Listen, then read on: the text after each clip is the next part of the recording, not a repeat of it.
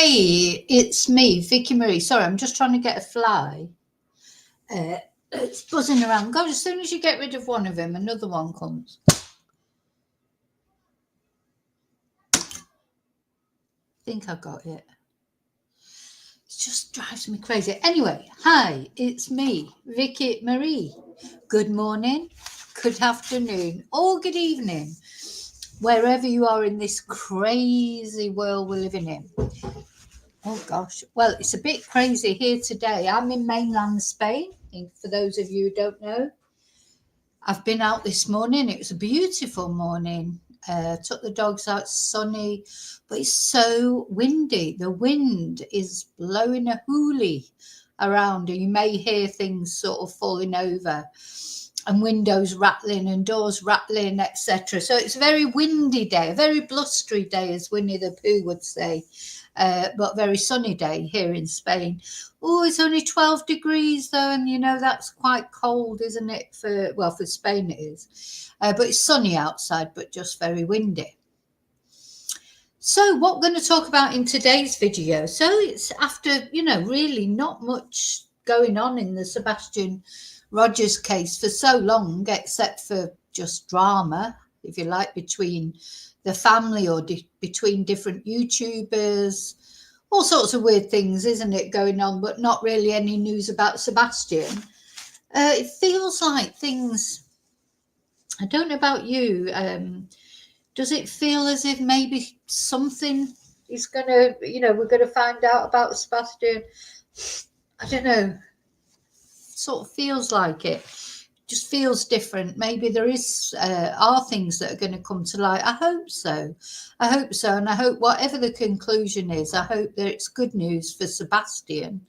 I hope he is being hidden somewhere. Honest to God, that is what I sort of almost hoping it is, some kind of scam now, because that would mean that Sebastian is being hidden somewhere by someone, playing his PlayStation, happy, have celebrated his birthday. That is what I pray for every day, and it doesn't matter, if it's a scam. I mean, it does obviously matter, but it doesn't really. All that matters is that Sebastian is safe. Anyway, when I went out this morning, I bought a big candle. I bought a big Christmas candle. So I'm going to light the candle not only for Sebastian, for anyone else who is missing, for all those people who are facing a bleak Christmas because they've lost someone or they've got other problems or whatever. This is for all of us that are struggling one way or another, lost either physically or mentally. Anyone who needs a candle lighting for them and a prayer saying for them, that candle is for you. So we're going to talk about that. We're going to talk about some developments. We did talk about, was it yesterday? I think the last video that I did, about the video footage from the Texas Roadhouse and the green hoodie guy and things like that. And then now there's also news that came out just after I did that video, supposedly, that Seth is being sued by someone. Maybe that's what he needed the money for from the telephone for his lawyer's costs. And also Seth has spoken out on a news broadcast where he said that he feels the police have renewed his faith that they're going to bring Sebastian home, or they're trying to bring Sebastian home, because he's been quite critical, hasn't he, Seth, of the police in the beginning, because I think the police were not communicating really with him. Of course, he's not the primary I know he is the biological father, but he wasn't the parent that Sebastian was living with. And also in the beginnings of this case, he was all over all the YouTube channels saying things he shouldn't really have been saying. And so maybe that's why the police were a little bit reticent in talking to him. Anyway, we'll see. We're going to watch this interview where he seems to be a lot happier with the police response, which is a good thing. Let's just have a closer look at Sebastian. Any of you who are watching this, I expect you all know who Sebastian is. There he is on that thumbnail as well. Of course, we've got Seth. most people will have seen Seth has been, very, very forthcoming on social media. And his current PR guy is Tony Maroney, isn't he? Tony, phony Tony. I just don't like Tony. I'm going to show you a little bit of he was on another YouTube channel talking about this lawsuit with another YouTuber, and I can't take to Tony at all. I don't know what his role is in all this, why he's interjected himself into this.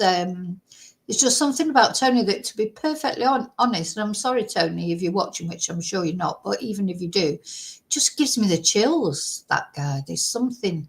Whereas Seth, he doesn't give me the chills, but I just think Seth is, I don't know, Seth obviously is a grieving father. He's wondering where his son is. Maybe a little bit gullible. I don't know what it is with Seth.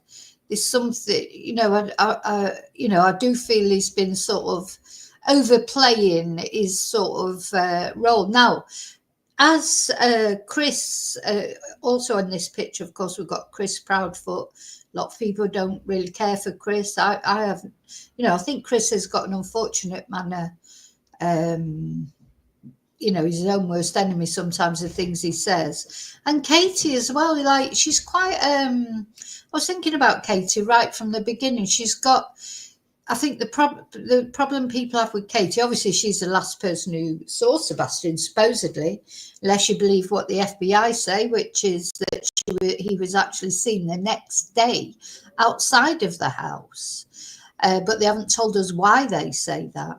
She's got quite a cold manner about her, as I think because she doesn't fit this cozy, fuzzy wuzzy sort of way we think mothers should be. She has got quite a cold demeanour, but she was in the military. I don't know. She's had a difficult upbringing. No, that's just her way, I suppose. But anyway. Yesterday, of course, was Sebastian's birthday, 16th birthday. Seth did his sort of YouTube video type telethon thing where he talked about Sebastian a lot. He encouraged people to spend the day with their children, doing things with their children, to mark Sebastian's birthday. Said some prayers, if you've watched that yet. I mean, it's sort of quite nice, but there was, I don't know, I suppose it's just the day and age we're in.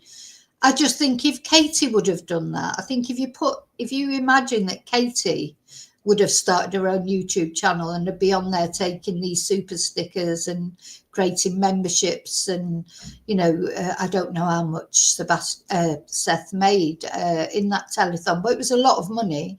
If that had been Katie and Chris that were doing that, everyone would be up in arms. It's they don't seem to think it's strange for Seth to do it. And people saying, oh, well, Seth's on his own. He's not on his own. He's got lots of people around him. Anyway, that's the double standards. To me, it felt awkward, and it would have felt awkward if it was Chris and Katie who did it. Just a strange thing to do. Have you ever, I mean, seriously, it put me more in mind of the McCann case, people actually getting rich off the fact their child is missing, or it doesn't seem right, does it? But, you never do it. Can anybody think, a genuine question, can anyone think of any other person whose child is missing or was missing or something happened to them? I mean, they may have set up a GoFundMe, that's a different thing, but who actually went and did this sort of, set up a YouTube channel with memberships and did a kind of telethon thing? I can't think of any, but I could be wrong. If you can think of one, let me know. The McCanns are the only ones who come to my mind, and look, that says a lot to me. But anyway, but there are things. So what we're going to look at in this video is we're going to look at the Texas Roadhouse video again. We're going to look at the lights video again. Remember the lights, these mysterious lights that were seen on somebody's door cam or whatever outside, that the police say are not relevant, or they say it's the rubbish truck, And then other people say, no, it's flashlights, 2 people. We're going to look at that video again. We're going to have another look at the green hoodie guy, and because Nick the Hat has released more footage from that. What else are we going to look at? We're going to look at what people are saying about the lawsuit against Seth. What is this? What's the lawsuit? Who's suing Seth and what for? So we're going to look at that and look at Seth's interview on a news channel where he did sound for the first time a little bit more happy with what the police were doing. And he said, they have renewed my faith. That's the name of this stream, and Seth did say that. So that's encouraging. So I wonder what the police have said to Seth that has renewed his faith. What have they said to him that makes him feel, after being quite sort of down on the police, that suddenly now he thinks that they, he says they definitely are trying to bring his son home, as if before maybe they weren't, I don't know, or now he's just not been told the full story before, and maybe now he's more in their confidence. That's what we're going to discuss. I'm sure you'll all let me know what you think. We've got we've all got opposite ideas about this case, and as you know, you can say what you think. Just don't argue with each other, please. We all have our views. Some people think, where there's so many different views, aren't there? Some people think it's Katie, or it's Katie and Chris, or it's just Chris and then Katie, or it's something to do with Seth, or, there's so many different views. I personally think that when the mystery of Sebastian is solved, I think it might be something that none of us have ever thought of. Just might be something completely different to anything we've ever thought of. But anyway, I don't care what it is, as long as Sebastian is found safely. That is all that matters, isn't it? Okay, so I'm going to say hello to everyone, and then we'll get going on this. And see what we can. Now, I was just thinking about something. Although I like to talk about true crime and I count myself as a true crime channel, I'm not a detective. I'm not on it. My channel is not to try and find out what happened. It's to talk about things that we know and that. But I'm not a detective. The police do that. It's the police that will undercover what's happened in cases. I'm not a police person, but I think. I'm here to tell you about these cases, to tell you about any new information that comes up, and to discuss. It's more like it's like storytelling, but it's real stories, because it's important that these people get a voice, and sometimes out of YouTube channels or just people talking in general, sharing information, that sometimes things can come out of that. I'm sure that the police have got somebody who's watching, maybe not watching my little channel, but watching like YouTube channels, maybe where Seth goes on to talk, or Katie and Chris go on to talk. The police are monitoring this case, and anything that comes to, it may be one day that something comes to attention through a stream that they're watching, or through what someone says on social media. So I'm sure the police are on top of that. Sebastian is one of the most wanted on their the FBI's missing website. So they obviously are concentrating on this case, because there's so many people go missing, so many, just in Tennessee, never mind all over the world. Sebastian getting this attention that he's getting, there must be a reason for that, maybe. Or anyway, it's good. If you had a missing loved one, you'd want the attention. You wouldn't want all the crap attention that comes with it. But unfortunately, you have to take the crap attention, the nasty attention, with the good attention, don't you? But anyway, I'm going to say hello to everybody now. Thank you for being here. And also, I want to say hello to anybody. Before I say these hellos, I want to say hello to everybody who's just watching at home. Not everybody likes to join in the chat. Or hello to everybody who's watching on replay. Hi, David. I hope your head's okay, David. You went AWOL yesterday. I hope you've recovered. Good morning, Laurie. Hi, Chumba. Hi, Shelley. Yeah.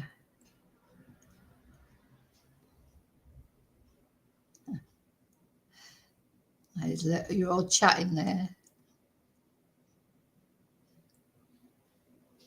A lot of chat going on. So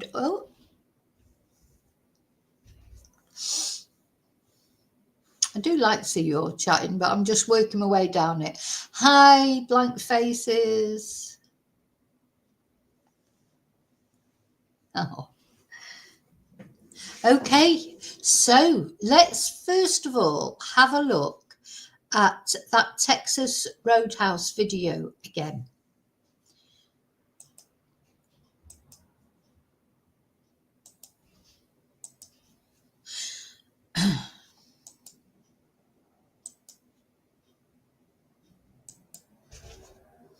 So this is on the Twitter account of this at night detective agency, the one that's with Dog the Bounty Hunter, Nick the Hat, etc. And they've put up quite a big reward, haven't they? So obviously, since this video has been released, there's been a lot of discussion about it.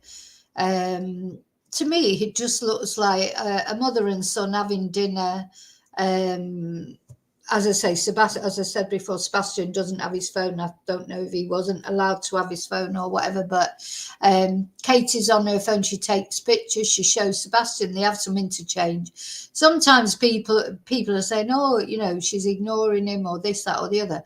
Now, don't forget, she had spent all day with him. They'd been bowling and this, that, and the other. I mean, you can't just constantly and this is not Katie was taking Sebastian out not as a weekend visit, like where she only gets to see him once a week. No, she is Sebastian's caregiver. He lives with her, and with no offense to anyone who's autistic, but they can be hard work, autistic children, because they're very hyper, aren't they? So she's taken him out, tried to. She said he'd been good, didn't she? He was being good. When she was interviewed, she'd taken him out, tried to work off a bit of energy. I don't know if you've seen those videos of him when he's bowling and that. He's full of energy. He's the typical boy of his age, but also I think the autism as well can make people more hyper. So, they've been out and they've done, this is not like, as I say, a weekend visit. She's been out with him, took him places, and now they're having something to eat. I mean, how much talking do you think somebody can do with someone? And she does have interchange with him. There's nothing about, in my opinion, but I know that other people think differently, and that's fine. But in my opinion, there's nothing unusual about them sitting in this diner. It's just a mother and a son having a meal.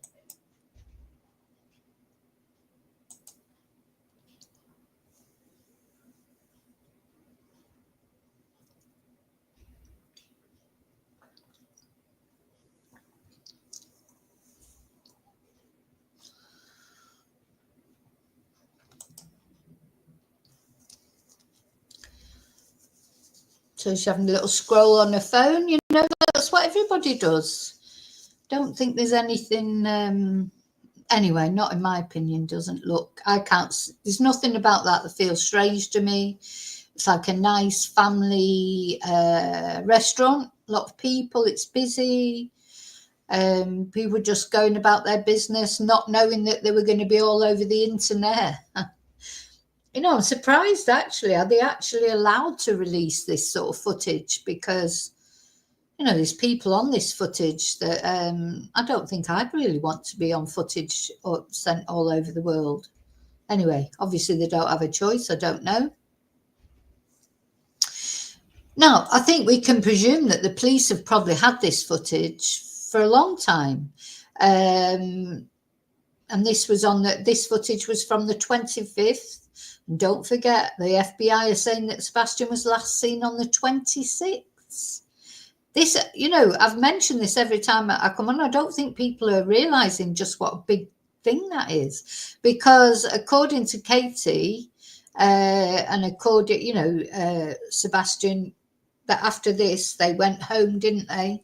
And then he went to bed, and then apart from the thump that Katie's supposed to have heard in the evening, she had this long conversation with her partner Chris, and it was in the morning when she got up that Sebastian was not there, which was the 26th. But on the FBI poster, it says he was last seen on the 26th. So where was he seen, and who was he seen by, and why is not more being made of that? That wasn't the last time, according to the FBI, that Sebastian was seen. He was seen on the 26th. So I think that's a big thing. I think it's a massive thing.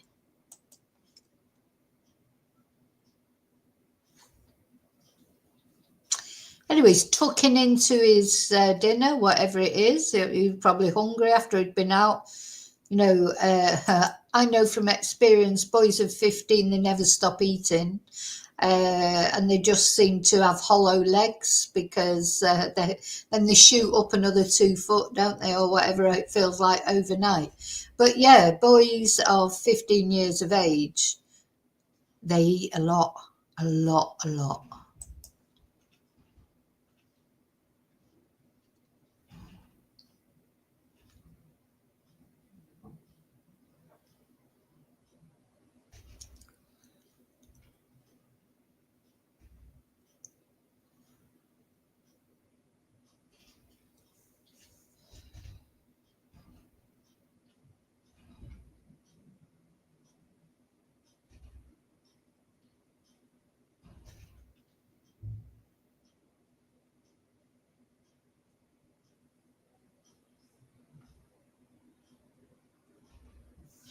Yeah, you'd like to hear what was being said, wouldn't you? It's a shame that we can't hear what's being said. But, it does seem just ordinary to me, but I don't know. I know it doesn't to a lot of people.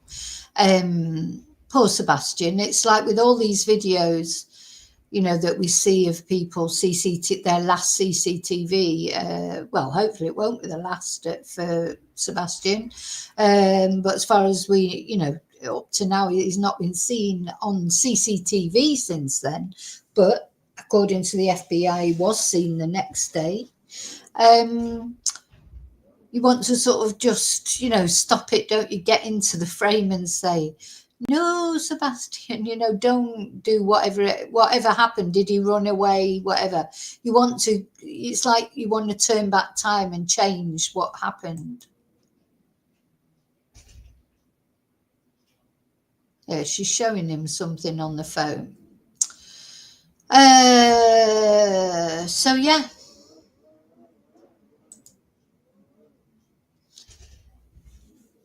Now, so we looked at that yesterday, and then after that, hi, Darren. After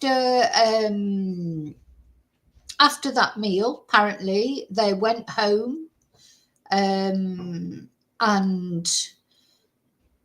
that was it, really, wasn't it? He went off to bed, and then, do you mean the longer videos, Shelley? The other 2 videos, you mean it's the same video but a longer one? We are going to look. I'm going to look at Nick the Hat's thing, because there's the video now of the green hoodie guy. It's just a guy walking past, as far as I can see. Sorry, it just honestly, I do think too much has been made of this, but I could be wrong. So anyway, what we're going to look at now is see what Seth had to say, which Seth on a recent. He was on a news interview yesterday, and he seemed much more positive about the police, which was good, I think. For the last 9 months, law enforcement has scaled back searches for Sebastian Rogers to an investigative format. The FBI has also offered a reward for information. Recently, Dog the Bounty Hunter joined the search and raised the reward amount, all while Sebastian's biological father continues his search efforts. News 2's Audrey Mayer speaks exclusively with his father and tells us where the investigation stands. On December 7th, Sebastian Rogers' 16th birthday, his father Seth says a recent meeting with law enforcement has restored his confidence in their case. Today. Yeah, I mean, I'm glad about that. That's good. He said a recent meeting with law enforcement has, renewed his faith. And, well, we're going to hear what he's got to say. I'm really happy to hear that because he was quite down on law enforcement. Hey, they have renewed my faith that they are definitely focusing on bringing my son home. Seth didn't give. Because at the end of the day, it is an investigation at the end of the day. So the police can't give out any information. And I know that must be murder for the families. It must be so difficult. That the police hopefully are trying their best, but they can't even really give you any information because they don't want to compromise any future trial that might come up because they don't know what's happened to Sebastian. So it could be foul play and there could be a trial coming up. So the law enforcement, they've got to be very careful, haven't they, what they say. And, whatever you think of Seth or don't think of him, in the beginning, he was too loose-lipped about everything. He was, and you can see why law enforcement didn't want to tell him things because thing is, if something, let's hope not, but if something bad has happened to Sebastian at the hands of somebody else, you don't want it coming to a trial and then the trial gets thrown out because it turns out that information leaked or, they're not going to get a fair trial or, so that's why it's so difficult to keep the lid on everything because and there's a reason for that. The reason for that is if in the future somebody, let's suppose Katie has done something to Sebastian or Chris has or whoever has, when it comes to a trial, that's going to be compromised by all this bloody mudslinging that's gone on, and that's why there shouldn't be any of it. Give any details on what was said in their meeting. Sebastian was last seen on February 26th in Hendersonville, nearly 10 months ago. The reward for information on Sebastian's whereabouts increased last month up to $200,000. See, she just said the same there, didn't she? Let's have a listen to that again. Didn't she say the 26 as well? $100,000. I thank the public for this. Up to $200,000. I thank the public for this. Last month, up to $200,000. No, sorry. The reward for information on Sebastian's whereabouts increased last month, 10 months ago. The reward for information on said in their meeting. Sebastian was last seen on February 26th in Hendersonville. February the 26th. So not the 25th, not that video from the Texas Roadhouse was the 25th. So Sebastian was seen on the 26th, on the Monday. He was seen somewhere, but we just don't know the details of it. Nearly 10 months ago. The reward for information on Sebastian's whereabouts increased last month up to $200,000. I thank the public for the support that they're giving me and they continue to. Keep your eyes open. You could be the next person that might see him. Seth says he won't ever stop searching and saying his son's name. Until he's found, the pain of not knowing where Sebastian is fills Seth with grief. Today is a lot of sadness. I think it's good that he's saying that he'll never stop looking for him. Of course not. You would never stop looking for your child. I think there's so much more that the police know. And I'm not saying that it's more that they know that that suggests foul play. I personally think the police know more that suggests that maybe Sebastian ran away. Where was he seen on Monday? Where was he seen on the Monday? And did he have no shoes on? It's this shoes thing is a big thing, isn't it? Why didn't he have any shoes on? Or is that incorrect? Did the family sort of miscount his shoes or whatever? You can't, because I've sort of half in my mind thinking that perhaps he has run away, but yet then I don't think he would have run away without any shoes on. So, you know, it's a tough one, isn't it? But it's a real mystery. It's complete mystery. Nobody knows, no matter what anyone says. Dog the Bounty Hunter, Nick the Hat, Seth, Katie, Chris, me, any YouTuber, anybody, nobody knows. It's a lot of sadness every day. It's hard to wrap your head around it. All right. Every day, it's like, get that phone call, waiting for that picture, waiting for information. Then my son. No, Shelley was last seen on the 26th. Honestly, I'm not being funny, but it wasn't when he was reported missing. It was when he was last seen. She's just said it, the reporter. It's on the FBI poster. It's not that he was reported missing on the 26th, but he was also last seen on the 26th. That's what it says on all the official posters. So, you know, there's more, they know more than we do. Has been found. And Sebastian's 16th birthday, Seth says he hopes families spend time with their kids. He fondly remembers birthdays with Sebastian jumping in the pool, having water balloon fights, and eating cake. What is it like for you looking back on those memories today? I'm not done making them. Looking back is nice, but looking forward to him being back is better. I reached out to the Sumner County Sheriff's Office about Sebastian. Yeah, let's hope next year on Sebastian's birthday, maybe he will be back and spend the day with, some of the day with Seth, because of course, you know, he's got his mum and Chris to spend the day with as well. Sebastian Rogers, they told me there's still an active and ongoing investigation. And if you know anything about this case, to contact them. We have ways you can send tips listed up on our website. Kenley? Federal agents in North Texas. Oops, sorry. So, yeah, it's encouraging to see Seth on there speaking positively about the police, you know, and as I say, again, that reporter said clearly he was last seen on the 26th. So, you know, I think this is important to remember. There's some CCTV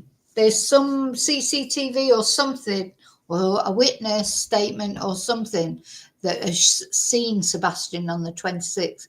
And I think that's why Katie is not a suspect, because he's been seen outside the house. Now, don't forget, they've been to the house. They've had the dogs at the house. They've searched the house. They've given lie detector tests and what have you. You know, they haven't just said, oh, no, it wasn't Katie, and not investigated into it.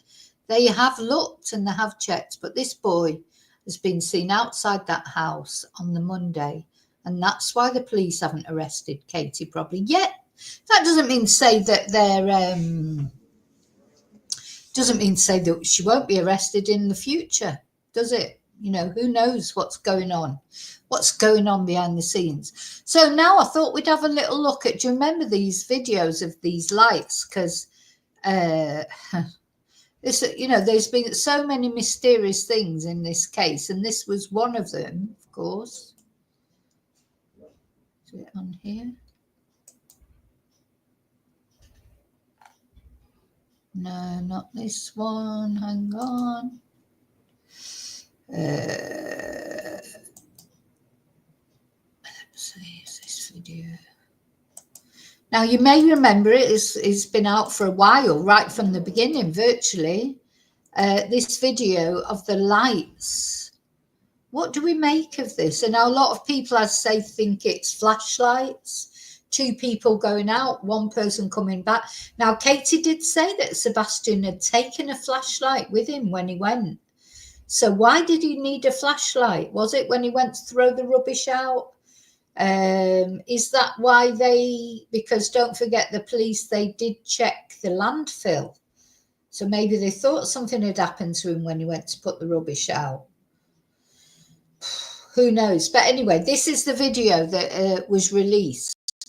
The surprising development in the search for 15-year-old Sebastian Rogers, who's been missing for 18 days. An exclusive look at new video evidence. Thanks for joining us here at 6. I'm Rory Johnson. And I'm Hunter Hoagland. A lot to get to here tonight. Authorities have scrutinized home security video from that Hendersonville neighborhood, trying to learn what happened to that teen with autism. Now you can take a look for yourself. Our Nick Barris obtained video that appears to show two people near Sebastian's home the night his parents say he disappeared. The video you are about to see is from early Monday morning, February 26th, around 3:10 a.m. Now, there are no street lights in the Stafford Court neighborhood, so it is at night, pitch black. What you will see here are these 2 points of light believed to be people with flashlights in the area around Sebastian Rogers' Hendersonville home. It is believed Sebastian left his home barefoot and with a flashlight sometime overnight. Since his disappearance, authorities have reviewed security video from homes in the neighborhood looking for clues. We have had several clips that have come in. And this one is getting the most attention, showing signs of activity around Sebastian's home the night he disappeared. You see 2 light sources, which we've circled to help you follow. For point of reference, the security camera was pointed toward the back of Sebastian's home in a common area. In the video, you see subject 1 with a light source in the lower right-hand corner. Then you see subject 2 briefly appear and move toward the first before that light source is covered or obscured by bushes. Subject 1, a few seconds later, then moves out of frame. Then subject 2 reappears and follows subject 1 off screen. It's a short time later and it's very vague, but then you see one of the subjects moving quickly back through the common area, and that is it. I know there's not much to see here. You certainly cannot identify anyone, but those close to the investigation tell me the mere fact that there is now evidence that someone is in the area around Sebastian's home is significant. This video shows suspicious activity in the immediate area the night Sebastian disappeared. Could one of these subjects have been Sebastian? Did he meet and leave with someone? Sebastian's father says his son would not go with a stranger. It's up in the air for me because I don't think he would get into a vehicle with somebody unless he knew them. So what exactly are we seeing here? I know investigators are doing what they can to try enhancing the video for any more clues. For now, this video is now part of the Sebastian Rogers missing person file, and I'm told it could become more significant depending on where the ongoing investigation leads. We'll be following that. Nick Barris, News Channel 5. Now, we're going to watch that again. I'm going to let that run again in a moment. I'm just going to go and get some more Coke. What do we make of it? So this is from ages ago. This was released. It was released more or less right at the beginning of the investigation. And it makes you wonder, did he go out with a light to go and meet somebody? Had he, there's the mind just boggles with all the possibilities. And then where was he seen on the Monday? I think this is a key thing that nobody ever talks about. It's like people don't want to talk about the fact he was seen on the Monday because they're so convinced they want people are so convinced that Katie did something. They don't want to just accept the fact that the FBI have said he was seen somewhere. He was seen on the Monday morning. So, where was he? Who was he with? What is this extra bit of information that the FBI or the Tennessee Bureau of Investigations have got? Is it to do with this or that, or is this nothing to do with it? Is this, these are all parts of the thing that, all parts of the facts that make this so confusing and so much of a mystery, isn't it? Right, I'm going to play it again. We begin with a surprising development in the search for 15-year-old Sebastian Rogers, who's been missing for 18 days. An exclusive look at new video evidence. Thanks for joining us here at 6. I'm Rory Johnson. And I'm Hunter Hoagland. A lot to get to here tonight. Authorities have scrutinized home security video from that Hendersonville neighborhood, trying to learn what happened to that teen with autism. Now you can take a look for yourself. Our Nick Barris obtained video that appears to show two people near Sebastian's home the night his parents say he disappeared. The video you're about to see is from early Monday morning, February 26th, around 3:10 a.m. Now, there are no street lights in the Stafford Court neighborhood, so it is at night, pitch black. What you will see here are these 2 points of light believed to be people with flashlights in the area around Sebastian Rogers' Hendersonville home. It is believed Sebastian left his home barefoot and with a flashlight sometime overnight. Since his disappearance, authorities have reviewed security video from homes in the neighborhood looking for clues. We have had several clips that have come in. And this one is getting the most attention, showing signs of activity around Sebastian's home the night he disappeared. You see 2 light sources. Hi, Jean.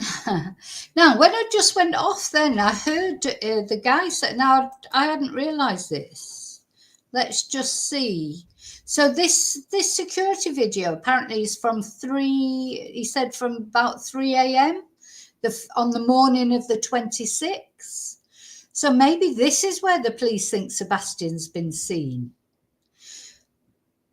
I think 100%. The police have got more information, 100%. Of course they have, really. When you think about it, it's like a no-brainer, isn't it? The police have always got more information than they give out. They drip feed the information out, and that's what they do. Now, just looking at, I mean, it's a lovely neighbourhood, isn't it? But it's very remote, isn't it? You know, there wouldn't be people out there at 3 o'clock in the morning, would they? Unless they were there for a reason. You know, it's not as if they won't be going to the pub up the road, or there's not a garage, there's nothing.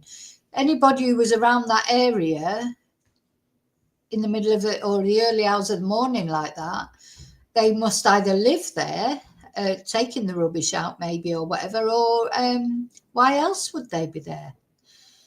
So let's just hear that again. Since his disappearance, authorities have reviewed security video from homes in the neighborhood looking for clues. We have had several clips that have come in. And this one is getting the most attention, showing signs of activity around Sebastian's home the night he disappeared. You see 2 light sources, which we've circled to help you follow. For point of reference, the security camera was pointed toward the back of Sebastian's home in a common area. In the video, you see subject 1 with a light source in the lower right-hand corner. Then you see subject 2 briefly appear and move toward the first before that light source is covered or obscured by bushes. Subject 1, a few seconds later, then moves out of frame. Then subject 2 reappears and follows subject 1 off screen. It's a short time later and it's very vague, but then you see one of the subjects moving quickly back through the common area, and that is it. I know. You know, I've often thought, God, it could be, you know, sometimes these things happen. He could be so close by. You know, it could be a neighbour that's taking him in.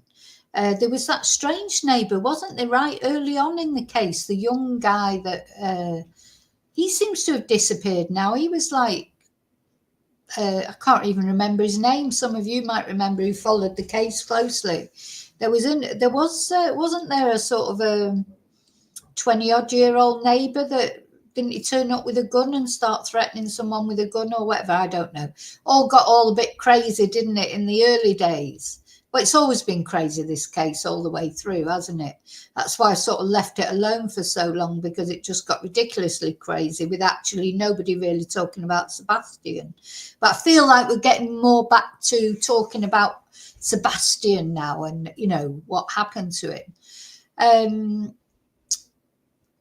So, yeah, could he literally have gone somewhere very close by and be somewhere very... Surely the police... I know the police, obviously, they'll have done knock-ons at all the houses, but they can't actually search houses unless they get a search warrant. So, but he could be that close by, couldn't he, really? He could be so close by. He could be absolutely anywhere, this boy. I mean, I just hope wherever he is, he's okay. There's not much to see here. You certainly cannot identify anyone, but those close to the investigation tell me the mere fact that there is now evidence that someone is in the area around Sebastian's home is significant. This video shows suspicious activity in the immediate area the night Sebastian disappeared. Could one of these subjects have been Sebastian?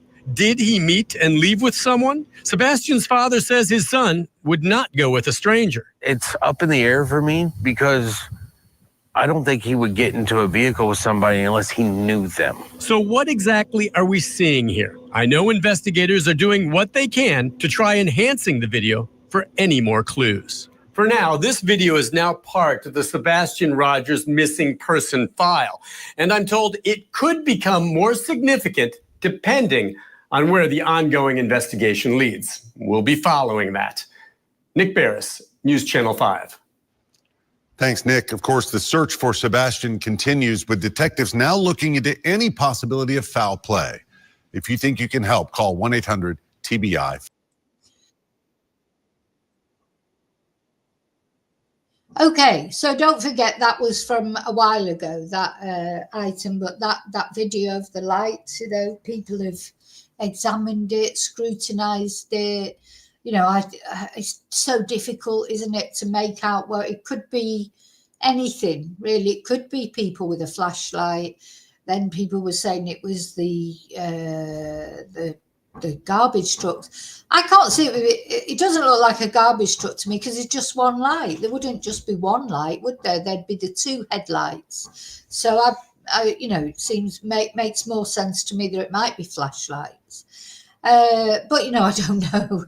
I literally don't know. It's been poured over. It's been watched. It's been enhanced. It's been, you name it, over these months since February, because we're now in December. So this is like 10 months on nearly. That footage has been examined in every way, shape or form you can imagine that it's been examined, hasn't it? Okay, so let's look now. Let's go back to, let's look at some of the more current videos that are coming out, especially from this at-night private intelligence. So we looked at that Texas Roadhouse video. Oh, and they're having this big, what's the word? Big argument with Steve Fisher, the other private investigator. So look, they've even said on this post that they put out 9 hours ago, to combat misinformation spread by SF Investigates, we're releasing this footage earlier than anticipated due to the circumstances of Mr. Fisher's reckless misinformation campaign.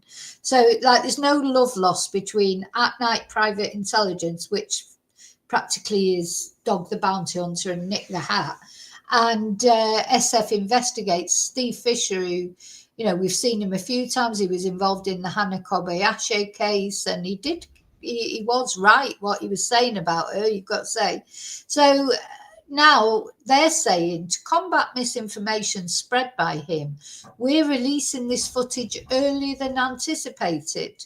Well, I don't see why it's earlier than anticipated. Why didn't they just release it when they got it? But anyway, what were they saving it for, a special occasion? So due to the circumstances of Mr. Fisher's reckless misinformation campaign, we ask anyone across the country to remain vigilant.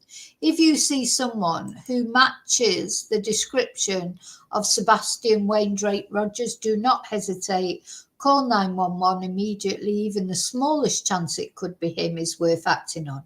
Now, I just want to say that although I'm a bit down on these, you know, all these sort of private investigator wars and YouTube wars and blah, blah, blah, in a way, any publicity is some publicity for Sebastian, isn't it? If somehow, because of one of these sort of arguments between them and Steve Fisher, somewhat that attracts the attention of someone who has seen Sebastian.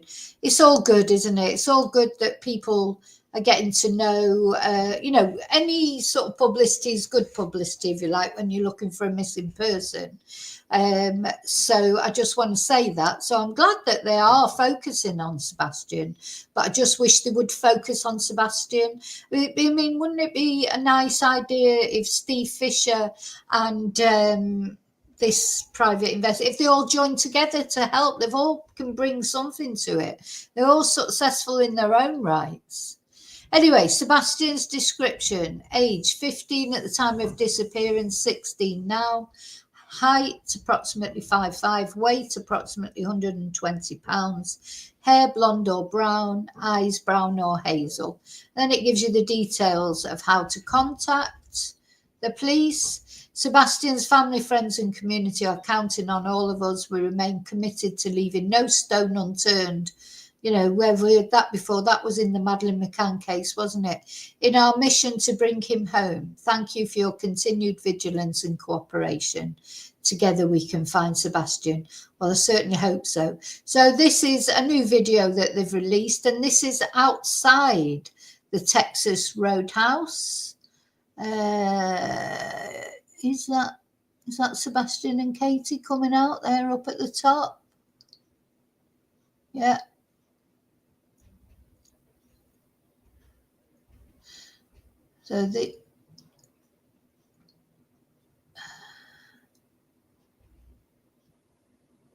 So is this the green hoodie guy here? Katie seems to have some, I don't know, walks past him.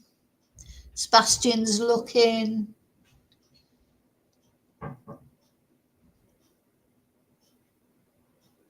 Is that their car here? Gosh, you wish you could just see a bit higher up there, don't you? You know, because they're just out of view there. They are having a conversation by the look of it, but it could be about anything, couldn't it, really?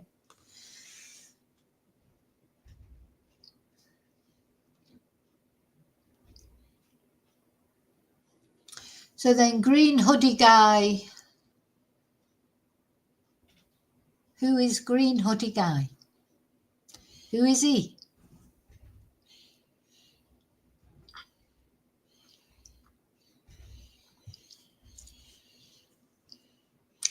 It's buffering.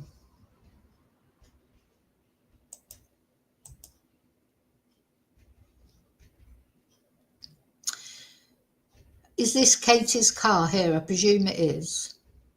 So let me just go back to the beginning and see if it'll work then. Maybe it's their film that's buffering, not my... Yeah, so we're outside the Texas Roadhouse. Katie and Sebastian come out. In a moment, somebody held the door open, I think, for Sebastian there. That's Sebastian, isn't it? Up in the corner. Now, if this is, I presume this is Katie's car, is it? So they have a little chat there.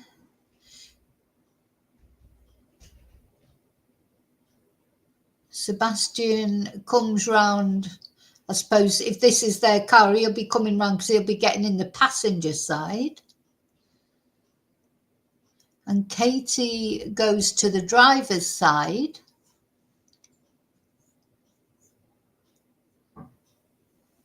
Now, I can't see that Katie could be arranging for Sebastian to be... Well, Sebastian's watching and listening.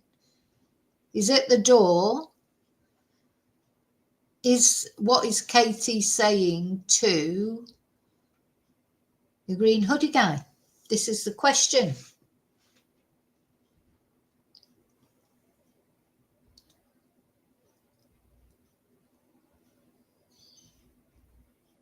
And then the green hoodie guy,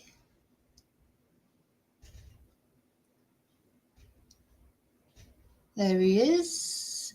This buffering, it's not me, it's on the video because must be their video that's buffering. We'll just have to sit it out, I'm afraid. Now, surely the police will have seen this before and who is this green hoodie guy? He should come forward, of course. You know, if he's got nothing to hide, he should come forward. Why is it still buffering? Let me just fast forward it a bit.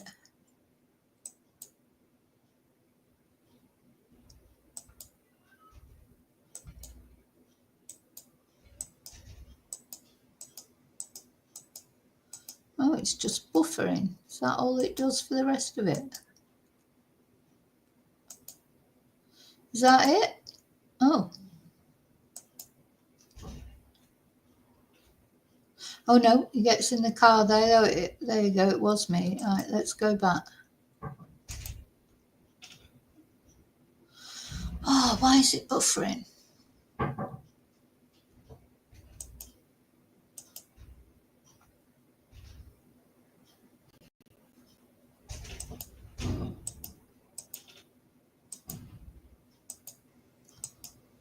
Keeps buffering, sorry.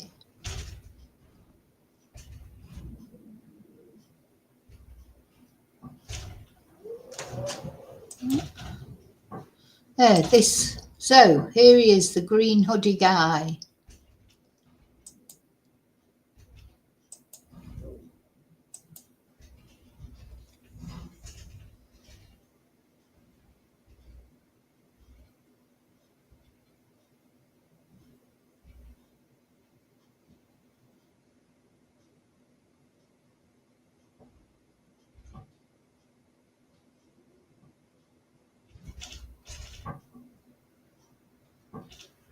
Is he drunk? Why is he walking like that? Let's go back to the beginning. Go back a bit further. There's some bits of it that just won't play for some reason. No, so he's like, let me just.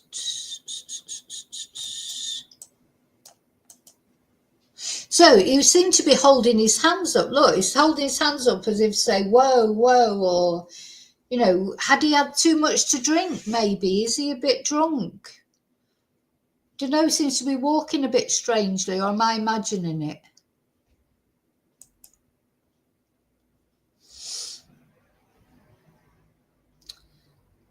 Hi, Kelly. Yeah, I wondered, you know, what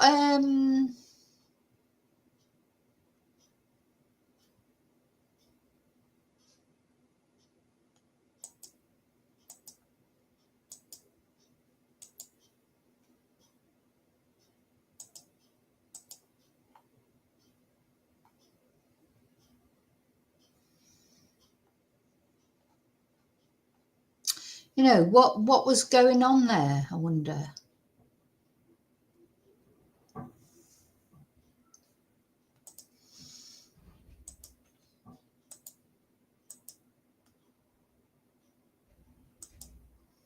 Okay, so I'm just deleting some comments. Please, please do not mention other channels.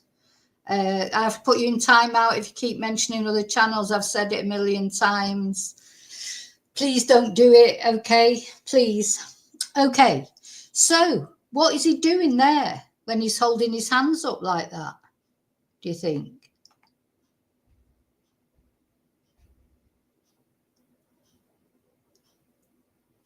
I've got to delete so many comments. Just, it's so disappointing. Sorry.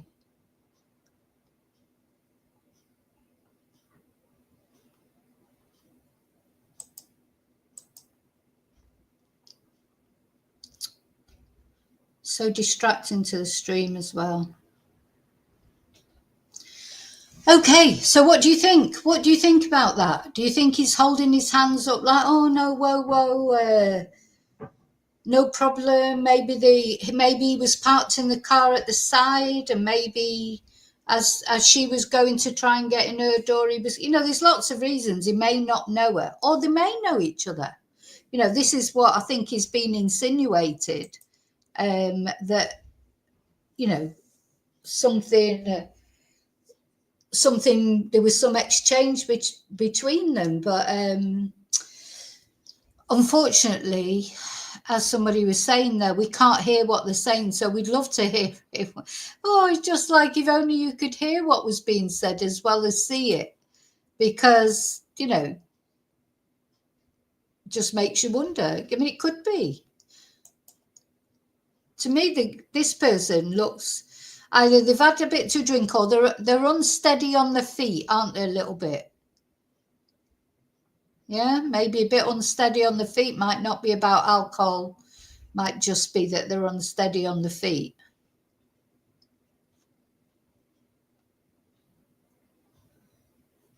Let's watch it one more time from the beginning. Hopefully it won't buffer.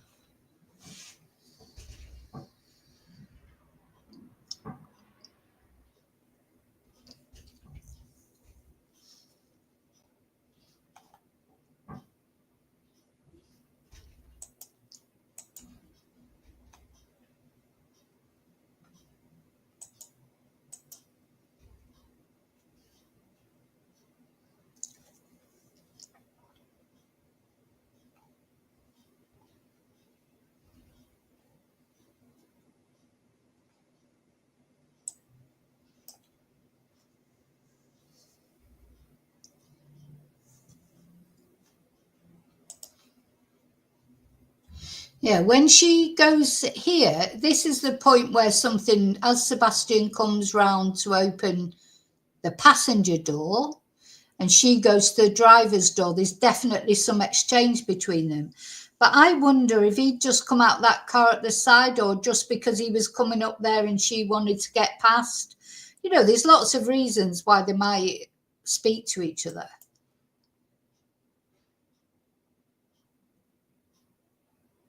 Sebastian's looking to see what's going on.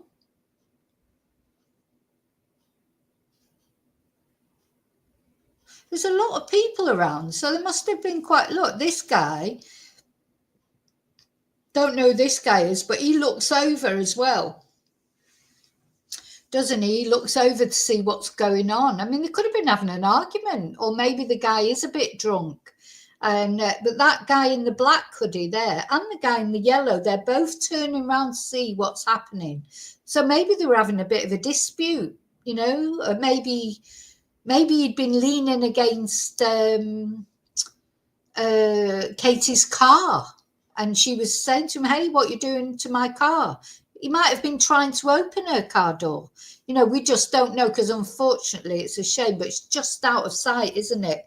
Like to see actually their interchange. But I think whatever interchange is going on, it's a very public one.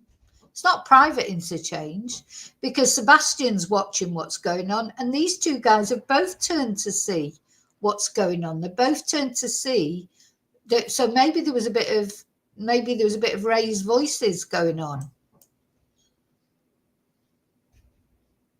Look, he can't take his eyes off it. It's like he's watching to see what's going on all the time as he's going in the door. So he's sort of hanging on there, just as if he's just making sure everything's okay. He's an employee because he's going in the employees only. Then the guy in the green hoodie comes up and he looks like don't know why, it just feels to me like he might have had a little drinky poos or a bit unsteady on his feet, eh? Now, the police will know all the details. Well, the police may have even tracked this guy down already. You don't know. I expect the police have been all over this CCTV. They'll have tracked, this guy's an employee who's going in. So they'll have definitely spoken to him.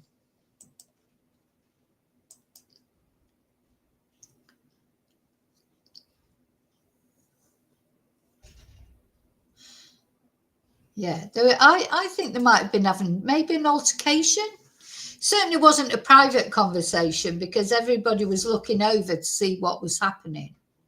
Sorry, it keeps buffering, which is really irritating.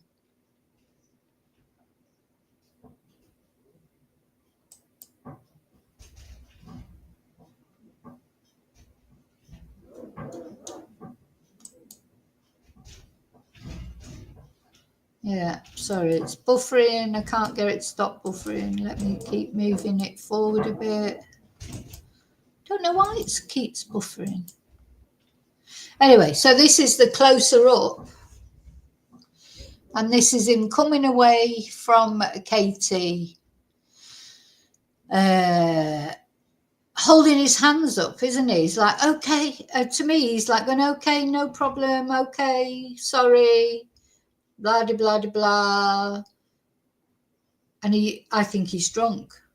I think he's drunk, this guy. And if he then, as you say, Shelley, went in the Texas Roadhouse, well, they'll have the CCTV of that, won't they? Of him going into the Roadhouse. And what did he do in there? You know, maybe he was drunk. Anyway, so yeah, let's look at the reward again.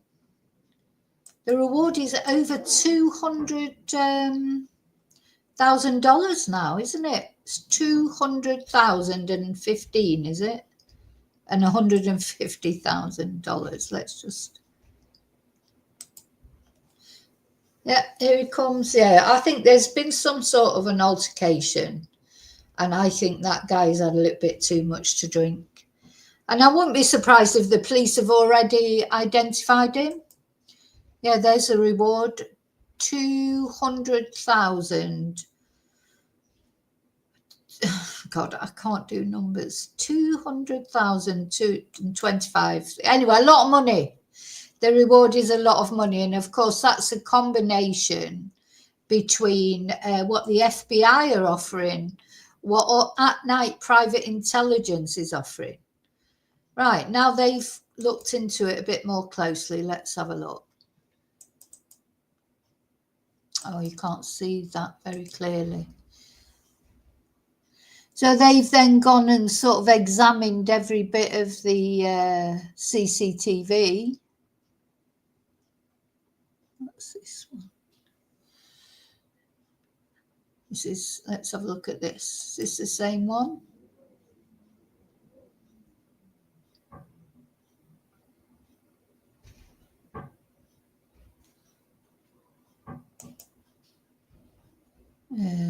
The videos keep, well, it must be my internet, but I don't know why. But anyway, I think you get the gist of it.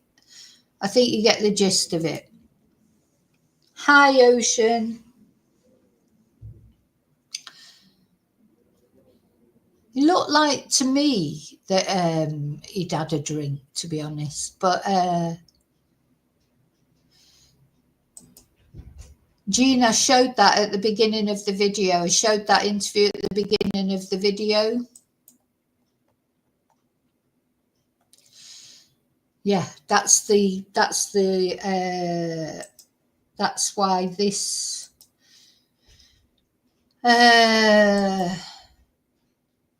that's the thumbnail to this video. I have renewed my faith. So that was the first thing I played on this video. So yeah, and that's good. It's good that Seth has renewed his faith. I hope he, you know, see, because Seth has been very down, hasn't he, on the police through the whole thing. So suddenly now it feels like he's got this renewed faith in the police, and that's good. It's good because it's not nice to think of a parent of a missing child feeling pushed out of the investigation and not feeling like the police are talking to them, etc. It just must be the most awful situation, mustn't it? Okay, now another couple of things I just want, and unfortunately these are a little bit, shall I play it again? Jean, especially for you. If I can find it anyway. Where have I got it? Not only for you, but there may be other people coming in now that didn't see Seth's interview. Let's see if I find it.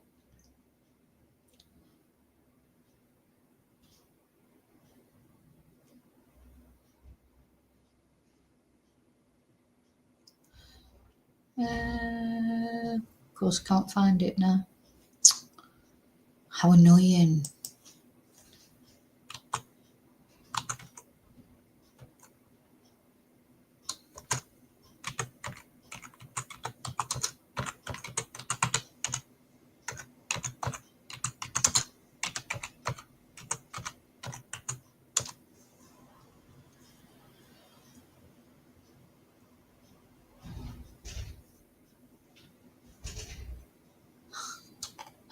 Can't find the bloody thing now. It's got to be in my history, hasn't it?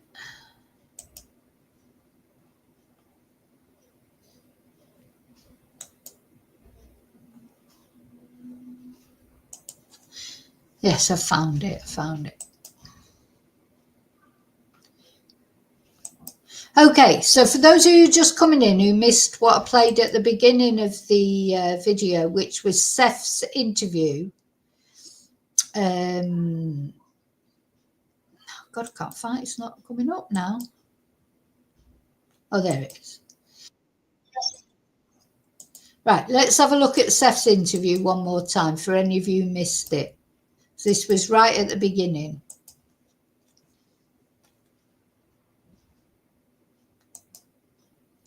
For the last 9 months, law enforcement has scaled back searches for Sebastian Rogers to an investigative format. The FBI has also offered a reward for information. Recently, Dog the Bounty Hunter joined the search and raised the reward amount, all while Sebastian's biological father continues his search efforts. News 2's Audrey Mayer speaks exclusively with his father and tells us where the investigation stands. On December 7th, Sebastian Rogers' 16th birthday, his father Seth says a recent meeting with law enforcement has restored his confidence in their case. Today, they have renewed my faith that they are definitely focusing on bringing my son home.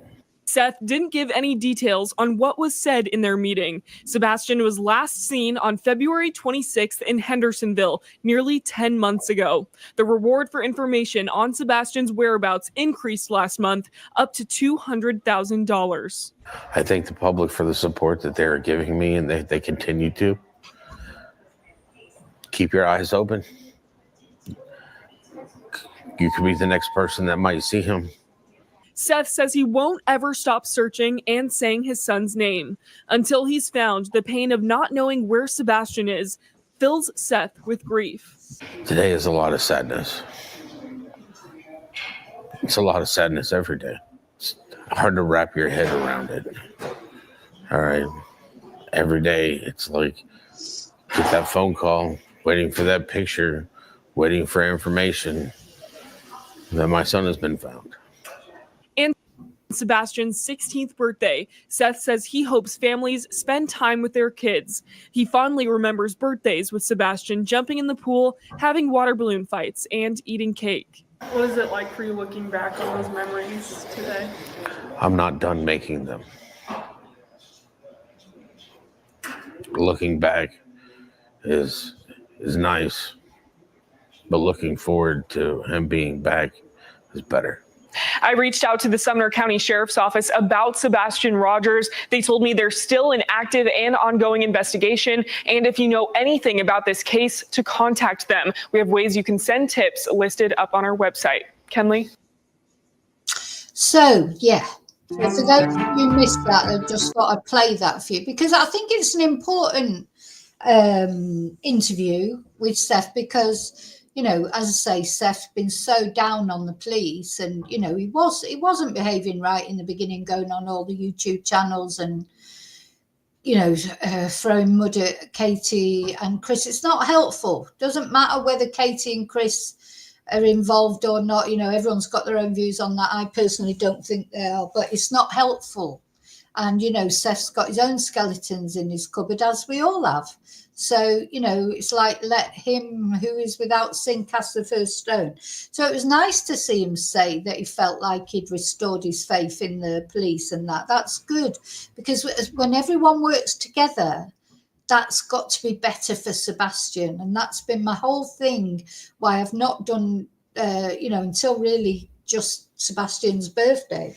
I haven't really done much on Sebastian, or because it's just all been so horrible and distasteful, all the arguments, all the nastiness between everyone, not only Seth and Katie and Chris, though Katie and Chris don't come out and say bad things about Seth. It's always Seth. And, you know, the YouTubers and all the rubbish about that and everything. Anyway, that's still continuing, of course, because something else I just wanted to tell you about, of course, is that apparently Seth has been sued, according to JLR. And you know, JLR, he always gets the gossip, doesn't he? Drama alert, Sebastian Rogers case. Now, of course, to cast your mind back, for those of you who've been following this case from the beginning, you will know. In the beginning, JLR was very sympathetic towards Seth. And he promoted his Cash App and this, that, and the other. And then that changed. And he's not the only one. There was quite a lot of YouTubers that were very positive to, like T-Rev. He was the other one that he was always on talking on Pascal. Oh, God, loads. I mean, Seth was on so many YouTube channels. But then he sort of fell out with them all, didn't he? When Tony Mathis took over, who was supposed to be pouring oil on troubled waters and making everything okay again, it all went totally skew with then. And Seth was threatening the YouTubers with cease and desist letters, telling people they could not talk about Sebastian, blah, de, blah, de, blah, de, blah, de, blah. And JLR got the right hump because he tried to help Seth, and he did. To be fair, you know, JLR sometimes I think he is dramatic, and I don't like some of the things he does, but he does know about information, he does get information, and you know, he definitely was trying to help Seth in the beginning, because I remember that as clear as day. And then it all went wrong. So, of course, now JLR's a bit anti-Seth, but because Seth was anti-him. You know, it's like all this gossip and drama. So anyway, apparently Seth Rogers is being sued by a woman who's named Texana Fernandez. And the spokesman for Seth Rogers, Tony Mathis, went on a YouTube channel last night to speak about the woman and the lawsuit. And he did. I watched that YouTube. I don't watch it normally. I mean, I watched that particular video. So now because he went on the YouTube channel and said bad things about the woman, she's accusing him of defamation and slander. So this is how it's been going, isn't it? You know, with these, it's been back and forth, back and forth. One person saying one thing, another person said another thing. What about Paul Sebastian? You know, they don't even mention Sebastian half the time when they're talking about these things. They don't even mention Sebastian's name. Even this, caution to YouTubers. Before believing unfounded allegations about me, be advised that defamation and slander will be taken seriously. As a certified educator with a Master of Arts in Diverse Learners, Autism Specialisation, I will protect my professional integrity. Johnny Mathis. Do you remember Johnny Mathis? I used to love Johnny Mathis. Tony Mathis. I'm surprised that's the first time I've ever said that. There's loads of times I've thought of Johnny Mathis instead of Tony Mathis. Maria. When a child is born. Oh, no, I'm going to have to play the Tony Mathis, Johnny Mathis song at Christmas. Oh, dear me. Crazy. What I thought I might do at Christmas, like totally changing the subject, is I'm going to play some, so I'm not going to monetize the video. So I'm just going to do a non-monetized video. Because if I do a non-monetized video, not only you don't get ads in it, but also I can play any songs I want then and not have to worry about being copyright struck. So Tony Mathis has informed the public of false information on the lab on YouTube about me, and she's put up her certificate, because that's what I'll say Johnny all the time now. That's what Tony Mathis was saying on this YouTube channel, was that she's not qualified to talk about autistic children. You know, he was poo-pooing what her claims of being a certified autism teacher, or a teacher of people with autism. So it's again, we're back in the back and forth again, back and forth, back and forth. It's just not helpful, is it? Let's have a look at the Tony Mathis. Oh God, I'm going to call him the wrong name forever now, and I just know I am.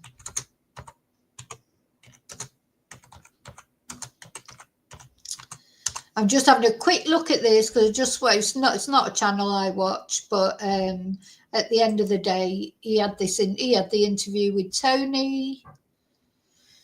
So he's done quite a lot by the look of it about Sebastian. videos. Delphi. Was it alive? Yeah, Tony.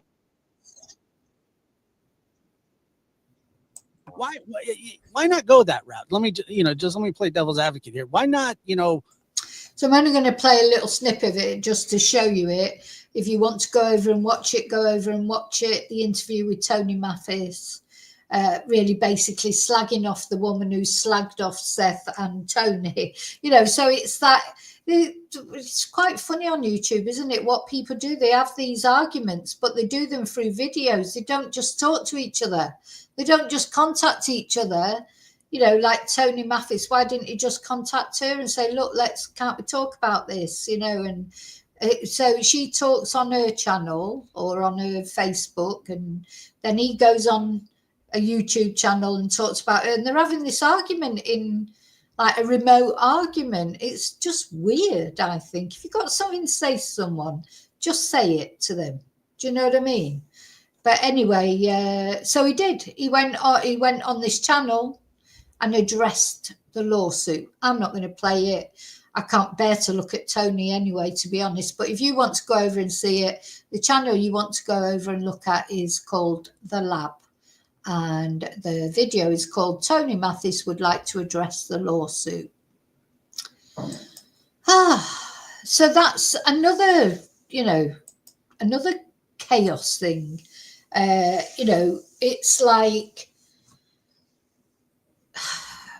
I do, I've felt that over these last couple of days with the video coming out of the, and even the thing about the green hoodie guy, I don't think the green hoodie guy's got anything to do with it.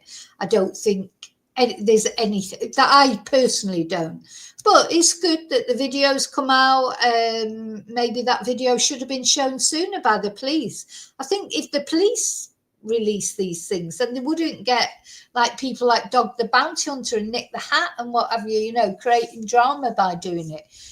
The police should be perhaps a little bit more open, but of course they're constrained by the fact that it's an active investigation, and they don't know that if one day, because they don't know yet what's happened to Sebastian, so they don't know if one day that video might be key evidence or something. So really, to be honest, that video should not have been released until it's determined whether it's relevant or not. What if that green hoodie man had followed Katie home and kidnapped Sebastian, and then when it comes to court,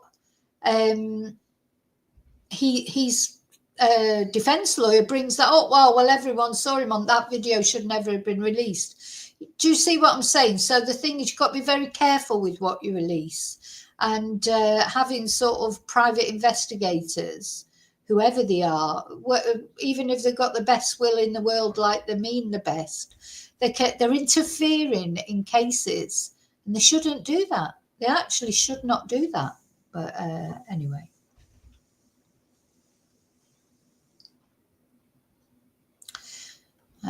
There's always drama coming out. Yeah, always some drama. I just think, God, I hope Sebastian's safe and well, but if it does turn out some foul play's befallen with him, good luck when it comes to court, because the court has got to, where are they going to try this case? Everyone's got such dogmatic opinions about it. People say, oh, honestly, some of the comments that I saw on Facebook about Kate, it was saying, oh, what was Katie doing? No, she was wiping her hands on a serviette. It's like, oh yeah, that's suspicious. She was doing something on her leg, and she was wiping her hand on her fingers on a serviette, for God's sake. People get a bit hysterical sometimes. And the same with Seth. Seth's doing his thing. Some people like Seth, some people don't like Seth. Some people are suspicious of Seth, some people aren't. But at the end of the day, nobody knows. I don't know, you don't know. The police don't know. Probably Katie and Chris don't know, and Seth doesn't know what has happened to Sebastian. I don't think Seth getting involved with Tony was a good thing. I think that would be a bad thing. I don't think Tony's motives, I just don't understand. If it's just for like kudos or whether he is earning financially out of it, I don't know. But he gives me the absolute chills, to be honest. But yeah. Whereas, it's funny because I know a lot of people don't like Chris Proudfoot, but he doesn't give me the chills. I think he's like, he's definitely got an unfortunate manner. He just says what he thinks. He doesn't think about it. But as I say, if you think what Seth has done, doing that telethon, if Katie and Chris had done that, oh my God, I think there'd be a revolution or something. If Katie was there, talking about all Sebastian's birthday parties and taking super stickers and making memberships on her channel. Could you imagine the uproar if Katie did that? But see, people seem to accept that Seth has done it. But to me, it seems weird whoever did it. I just can't imagine if your child goes missing that you're going to set up a YouTube channel and start memberships. It's very mechanish to me. But anyway, that's my opinion that I'm entitled to. But I don't think Seth has done anything. It's just something. Maybe it's just the way he's dealing with it. Maybe he's getting bad advice off Tony. I don't know, or maybe good advice. Maybe he needs the money, and if he's going to be sued, he does need the money. If he's being sued, I fancy being sued over your own missing son. How has it even got to that point that YouTubers, why are YouTubers even getting involved to that point? If you're a YouTuber, you report on the story, you tell the story, of what's going on because people are interested in it. That's what YouTubers are there for. They're not there to sue family members of someone who's gone missing or died or been murdered. That's not what a YouTuber should be doing, is it? YouTubers are, is there to make interesting content. People want to know about these cases. And also it's a mark of respect to the person to tell their story and let people know. People should know that these things are happening. But not all this drama. It's not up to a YouTuber to sue a member of the family or a Facebooker or whoever it is. In my opinion, it's nothing to do with them. They're just there to tell what's happening, not what's going on, not to actually go to court over it. What's it got to do with them? Yeah, but Shelley, they did. They all turned to YouTube, but still it's not up to the YouTubers to sue them, is it? I think. What if Seth Rogers came on one of my streams? I mean, I've had family members of cases that I'm covering coming on the streams, but to be honest, I've never had one come on, touch wood, and say anything bad because I'm never anything but respectful to victims. But what if Seth Rogers came on and made a comment to me? What am I going to do? Sue him? The father of a missing boy? I'm not going to sue him, am I? I'd just like say, all right, I won't say any more about that. Do you know, I think that's what Pascal did and some of the other YouTubers. So when they got their cease and desist letters from Seth, he told them not to talk about him anymore. So they stopped talking about him. Some of them have started a little bit again now, but most of them have completely avoided the subject, haven't they? And that's a shame for Sebastian, because whether I like those YouTube channels or not, they've got massive amount of subscribers, etc., and they're bringing awareness. So the only person who's losing out there is Sebastian. Okay, so that's it. So I hope you found that interesting. We're no further on. Sebastian is now 16 years old. We're no further on in the sense of we still don't know what's happened to Sebastian. Hopefully he's okay. Let's hope and pray he's okay. I hope and pray sat in someone's living room playing the PlayStation or whatever. And I don't care if it is a scam or whatever it is. I don't care as long as he's okay. Just want him to be okay. And of course, all other missing people. Now we're coming up to Christmas, difficult time at the best of times for people. But when, in these sort of cases. Now, I've got some nice... I have got some nice, what's the word? I've got some positive news that I'm going to give you later. I'll probably make a video and release it rather. I may go live, I'm not sure. And I've got a bottle of Carver in the fridge with my name on it because it's Sunday and I don't have to drive today. And I'm going to have something nice to eat and a nice bottle of wine. And I hope you're all going to enjoy your Sundays too. And I'll see you really soon in the next video. Please don't forget to like. If you're not already a subscriber, please think about subscribing. I'll see you really soon in the next video. Thank you so much. Bye.